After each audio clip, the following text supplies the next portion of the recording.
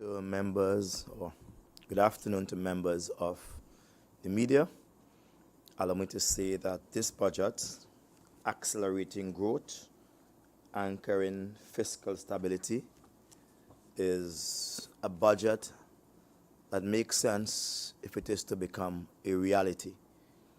But we have seen many budgets fall to the floor before, and we have the lack of financing as the major reasons for why budgets failed. I took particular note of the Finance Secretary's statement, and I did not know if to laugh, if to cry, or if to pull out 2 grain of hair when she almost threatened the central government, and I use the word threaten the central government, that if they don't have 5.9% of the budget, it is some type of a fiscal, I don't know, fiscal negativity, so to speak. I saw that as an open threat to the central government, and I'm not sure if it is the type of relationship that one would want with a new central government. There should be no threats whatsoever.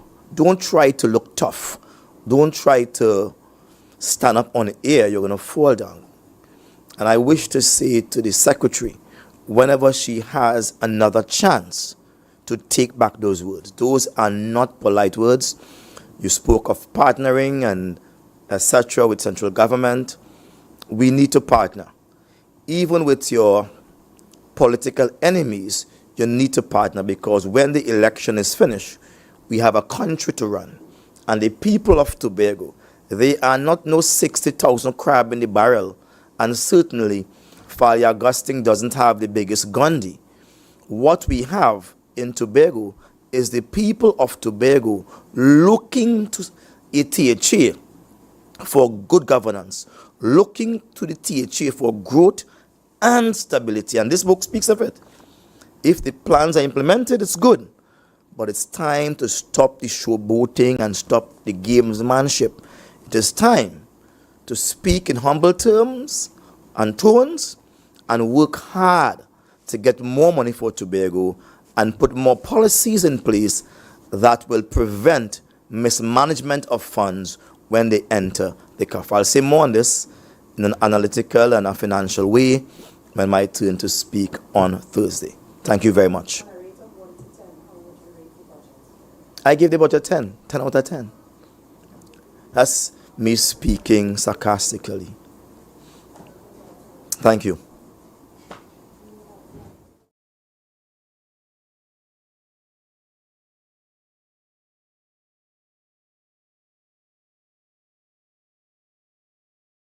Fellow Tobagonians, so we just witnessed the presentation of the Tobago House of Assembly's budget 2025-2026, and I would allow my minority councillor just to give her reflections quite briefly. Good morning to members of the media. Good morning, Trinidad and Tobago. Good morning, Tobago. So as the minority leader indicated, we would have just heard the maiden budget presentation of the Secretary of Finance, Councillor Roberts. The Secretary did indicate in her previous interviews that the statement today would be different. However, we did not see much of a difference in terms of the presentation. What we recognize is that the Secretary shared in broad perspective what the administration intends to do for fiscal 2026. The Secretary also would have highlighted some of the achievements from the past 3 years in office. However, with the comments by the said Secretary to the Minister of Finance, former Minister of Finance, Colm Imbert, when he did a similar report to the people from his last budget statement for fiscal 2025. The Secretary condemned the way in which she brought the report, and she condemned the presentation that he did at that time. And I think what the Secretary did this time around was similarly to give a report or to give achievements of this administration for the past 3 years. There were some promises that were made in previous budgets that has not yet materialized. Particularly, we looked at housing, where in the first year there was a promise of 1,000 homes, and then it was reduced to 800 and then 600. There was no mention in terms of the achievement in terms of housing, and there are a lot of details that, particularly in terms of promises and projects and initiatives that would have been promised or projected that has not yet materialized. There was no mention in that regard. Another thing that was also highlighted was the comments on the economy. The Secretary of Finance, would have, in our view, a bit contradictory, because she indicated preliminary that there were some improvements and growth in the economy, particularly in the non-energy sector. And a few moments later, the Secretary attempted to quote from the current Minister of Finance, Tanku's presentation, basically shaping as if the economy is in crisis and the economy has crashed. The Secretary also made no mention in relation to the midterm allocation that was recently received of $32 million, which has been the lowest midterm allocation over the duration of this administration, 2021 to present. If we recall, in 2022, the midterm was 100 million, then it was 60 million, and the Secretary made no mention of the comparative amounts or their comparative allocations from the previous PNM administration to this current allocation. The Secretary also spoke about collaboration, but so far we have not seen the fruits of the collaboration. She indicated that she was hopeful in relation to what would come, but we have not seen anything really materialize. So we hope that going forward in the budget debate that we would hear some more details coming from the various secretaries as to the achievements and some of the things that were highlighted that should have been achieved, and greater details in terms of what they intend to do going forward. Thank you, Councillor Benoit. And let me start by congratulating the Secretary on her maiden budgetary presentation. I thought it was, on paper, a fair attempt. But in reality, what the team suggests that it is accelerating growth, anchoring fiscal stability. But what the Tobago People's Party has actually succeeded in is not accelerating growth, but instead accelerating Tobago's economic decline. They have not anchored stability, but have anchored our island in fiscal stagnation, leaving our people adrift in a sea of empty promises and squandered opportunities. What is the hard reality on the ground? Under this current administration, after 4 years, our tourism sector, which is our lifeblood, is basically dead. If you go to the hotels, you will not see tourists there. If you go on the beaches, you will not see the number of tourists, especially international tourists there. And when you talk to the stakeholders, you are hearing the pain, the struggle, and the financial depredation that they are facing at this time. And therefore, it is quite, disingenuous for this administration to talk about growth when in fact what we are witnessing is serious decline. The agricultural sector, for for instance, is almost non-existent. The secretary said that the agriculture sector only contributed, in addition to the manufacturing sector, it was so small that they had to group it with manufacturing, and that was only 2%. There was a time when agriculture also was a mainstay in Tobago, where we fed ourselves to the point that we were also exporting to Trinidad and the other islands. And now we are in a position where agriculture is so bad, in such a bad state, that it has to be grouped with manufacturing just to make 2% of the GDP of Tobago. And when you talk about our contract workers, teachers, over $10 million owed to teachers on contract. I have received numerous calls from persons in the Department of Sport, can't get their contract gratuity. The THA is owing workers, paying workers late, and on top of it, boasting about 1% unemployment, but at the same time, their mainstay in terms of employment generation is something called 10 on, 10 off, where these workers are paid menial salary, 5 days for 2 weeks. And therefore, I cannot understand how a THA that promotes this notion of the greatest little island on the planet treats its own people as subservience.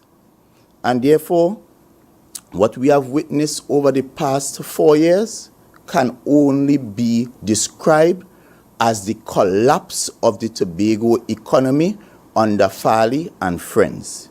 But a new dawn is coming, and a new day will soon arrive, when Tobago can chart a new course under a new administration, where we will prioritize our young people, our sport people, our young professionals, put real programs in place for returning scholars, because at this point in time, we are wasting our most precious resource, which is our human resource, those young people we send out to go and learn all these fancy degrees. And when they return to Tobago, there's little to nothing to do for them. We guarantee you a place. And we'll speak more about that. We'll speak to our athletes. Our athletes, imagine just recently for the secondary schools, our athletes were treated so poor diet, unable to get proper food to eat. They couldn't even get proper accommodation, had to be rushed out from the Hazy Crawford Stadium because no proper facilitation was made for them. And this is how we are treating our athletes in Tobago. Housing Minority Councillor mentioned it. You call out 200 persons were given letters for the housing program down at Riseland. And those persons, after 3.5 years, that is all they are left with. The letters. No construction, no allocation, and all they have been given is false hope. We asked the Secretary of Housing initially, when he announced the ambitious plans of 1,000 homes, how are you going to fund these homes? And he said to us, watch me work. We have watched him for 4 years, and he has done absolutely no work, because there are 0 houses constructed under this administration, no lands given. All they are doing is basically enjoying the benefits of PNM's development over the previous years. Because you are seeing it in the recommissioning, there are no new construction across the length and breadth of Tobago, and what they have tried, they have failed. Those four emergency roads, only one road has been constructed, and it leads you right back into traffic. And the other 3 are in stages of, one, the contract we are told has finally been cancelled. The other one at Lamy Road is still incomplete. And of course, we know the status of the other one at Chauvin, where we're still able to utilize it in the way it should. So what we have witnessed, as I said, is 4 years of failed promises and economic disaster.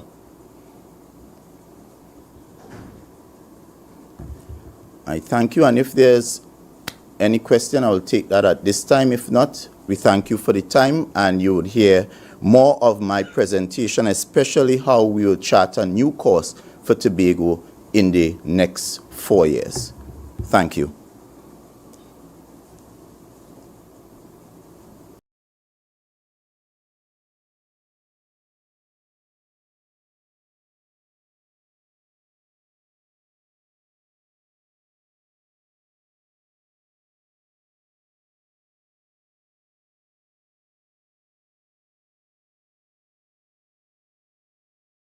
Good afternoon to everyone. The media, Tobago, we have just had my maiden budget presentation for fiscal 2026.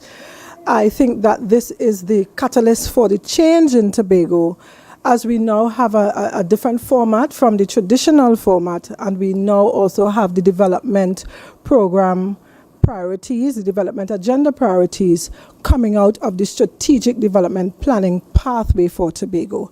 And it is in that vein that the Tobago's budget presentation was formulated.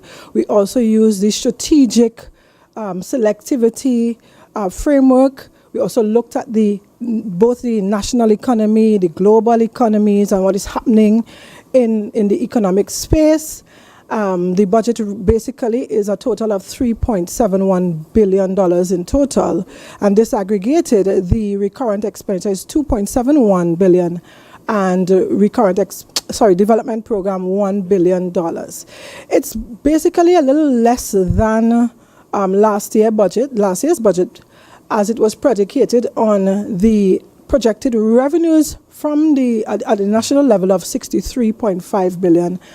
And we are looking at a percentage of 5.9% this year, nothing less than that. We think that this is fair, reasonable, and just, considering the population size of Tobago and the development agenda priorities that we intend to accelerate in fiscal 2026. Any questions?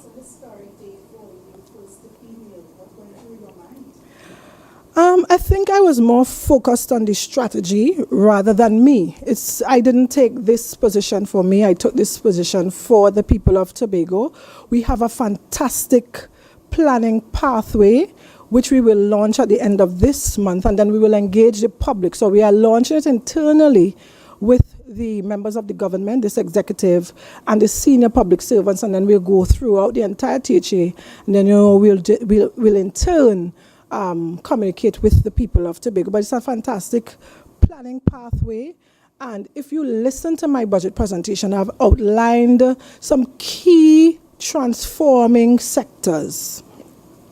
And those things came out of the development agenda priority areas.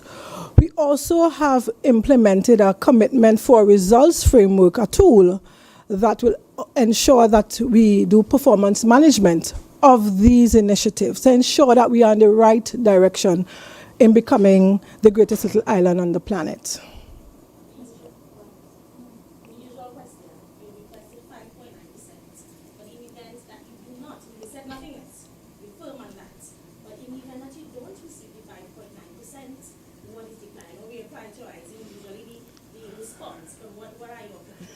Well, the plans remain the same. Obviously, it would have to scale down because basically our priorities are our priorities. They would not change. We have adopted the strategic planning pathway. That is what we will be going with for the next 20 years in 5-year chunks. So if you recognize, I've spoken about some 2025 to 2030 investments. And therefore, those are the areas we intend to advance, especially in fiscal 2026. For instance, we want to see GDP growth, creation of employment. We want affordable housing for all. We want to have a sustainable tourism economy. All of these things and all of these actionable items I discussed this morning will be advanced despite the allocations. I did have conversations with the minister who did indicate, we'll try our best to go with the population size. If you recognize, I've gone about some percentage points more than that. And that is because Tobago has to catch up. We have a lot of catching up to do. And our agenda priorities far outweigh the national priorities. So it is in that vein you see a little more than 5.1%. But we are asking, we are requesting, and we are not going to accept less than 5.9% of the national budget. Mr. Chief Secretary, what are your feelings? Mrs. Catalan, whether she has taken over from you. Gave her the power. What are your feelings, Mr. Chief? Well, I can tell you, I slept extremely well last night. I slept well too. I was not in a rush this morning. At 9 o'clock, I was at the barber, quite relaxed. And I think Secretary Roberts is a breath of fresh air. I also think that she's on the right pathway in terms of implementing some of the changes that we want to see. I think critically, she made all women, all girls proud today, because it's reflective of the fact that what a man can do, a woman perhaps can do, and even do better. It's also reflective of the fact that this government is above international standards when it comes to the ratio between men and women in the government, and we are not afraid of putting women at the front lines of this political battle that we fight every single day. I think the most important element is the fact that we are now predicating the budget on the planning pathway, the development pathway. As the Secretary said, in a month's time it will be launched. In fact, the website is practically completed. And so when the Secretary joined me and the rest of the team in launching that pathway, which came out of the overarching belief in making Tobago the greatest little island on the planet, we will be setting Tobago on a clear pathway for the next 20 years. It's important to note that in 2001, when the government changed, we did not get a development plan until that government was in the second term in office. We continue as we have been doing, and we are providing not just the plans, but the pathway in our first term in office. Notice I said in our first term in office, which means that there will be many more. And so that too is a landmark achievement. Importantly, the Secretary was able to get the budget down to just under 2 hours. So I'm sure you are very grateful. You did not have to hear me today. It could be for 4 hours. So and this might be a first for the country as a whole, because traditionally the budgets are very long. And so we're even looking at whether it really needs to be that long, because people lose some of the details after a while anyway. And there are other mechanisms by which we could get the details out to individuals. And certainly I think she is competent enough to negotiate along with the members of Parliament, with the Minister and the Ministry of Finance in Trinidad, to ensure that 5.9% is realized come the new fiscal year. Tobago's economy relies heavily on tourism. What role does the budget play in revitalizing the sector and attracting investments? Well, I think the statement would have covered the broad areas in terms of destination marketing, trying to improve airlift. But we do, in the development agenda priorities, we will outline the various things. But we don't want to get too much into the details, because as one of the reporters asked, if I get less, what will happen?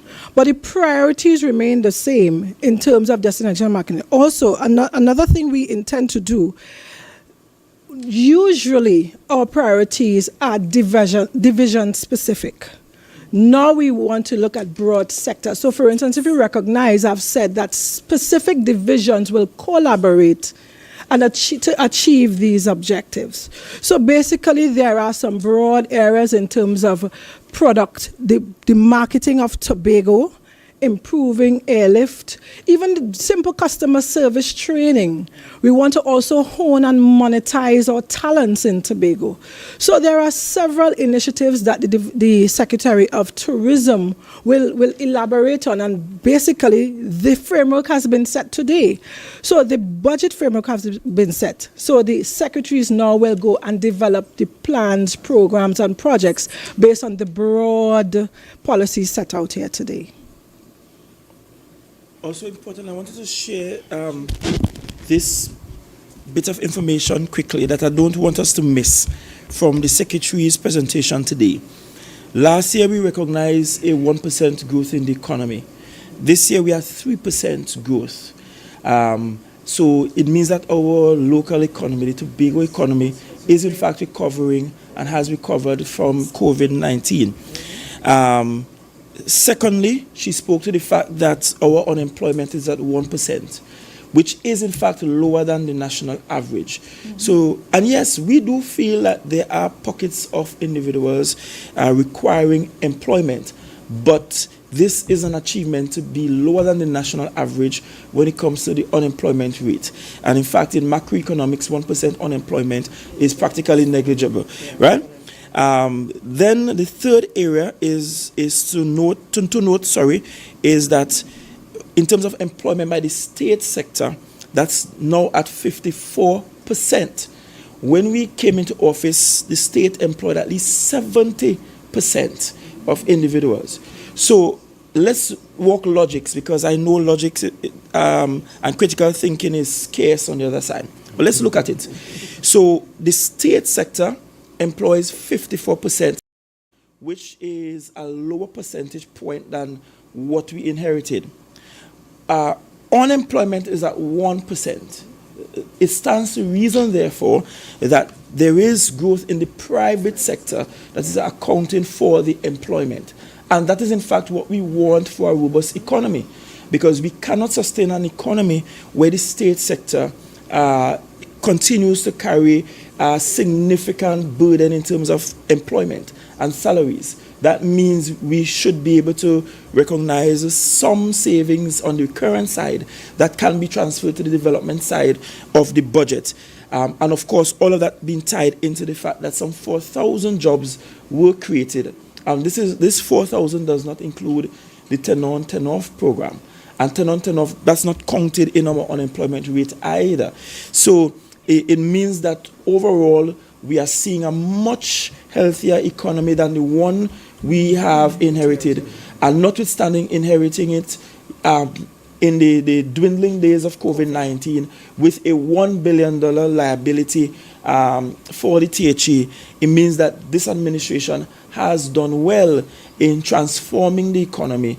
And we're really happy for the work that not just the Secretary of Finance, who is here for just a year, in fact, last year, she had just gotten up instrument of appointment. I did the budget for the last time last year.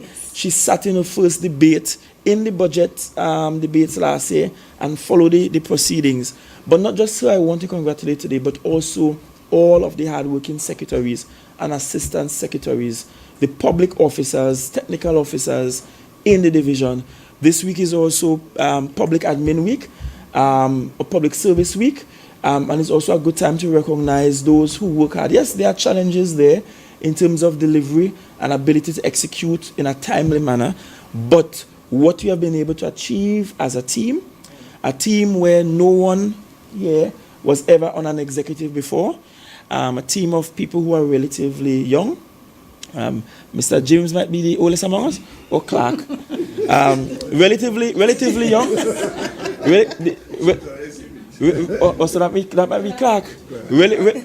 Relatively young team, comparatively young team. Insofar as governance for an island is concerned, I think Tobago has every right to be proud. Yes. And when we also look at what we have experienced in terms of challenges from 2022 to present, and I detailed it some time ago, what happened in the first year, then the second year, the third, and so on and so on. We remain stable. We remain grounded and rooted in the desire to build out a better Tobago, a much more successful Tobago. And I think now that we are 3.5 years in, Tobagonians can see clearly that they made the right choice and they don't have buyer's remorse from 2021, and we're just happy for that, and we give God all the thanks and praise for that, and we thank Tobagonians for their continued support. Most importantly, we thank you, Tobagonians, for your continued support. And I just wanted to highlight just those few noticeable achievements, and then when the secretaries speak on Thursday, the secretaries will do the drill down in terms of what's happening in the divisions and how we can accelerate delivery even more. If you would allow me, I'd like to speak on a novel deliverable, of the financial statements that were tabled today. I don't think I know that this is evidence of public trust and accountability in this administration. When I came into office, it took me a year, and I said I wanted to table those financial statements months ago, actually. But you can imagine the difficulties of trying to prepare a financial statement with a manual system. And that's another initiative I've spoken to the Minister of Finance about, because for the last 10 years, they've been trying with a program called IFMIS, Integrated Financial Management Information System. It has been partially implemented in Trinidad, and I've asked the Minister to let us advance that in Tobago. Yeah. And therefore, Tobagonians will be able to get their financial statements in real time. But what I've done today is given Tobago what has transpired over the last 6 years or 6 financial years. And I'm pushing and pressing for fiscal 2024's financial statement to be tabled when we reopen or restart in September. So I do not take this very lightly. That is a mammoth task. Yes. And apart from the task, it sends a message that this administration is transparent, accountable, and you can have the trust and confidence in us.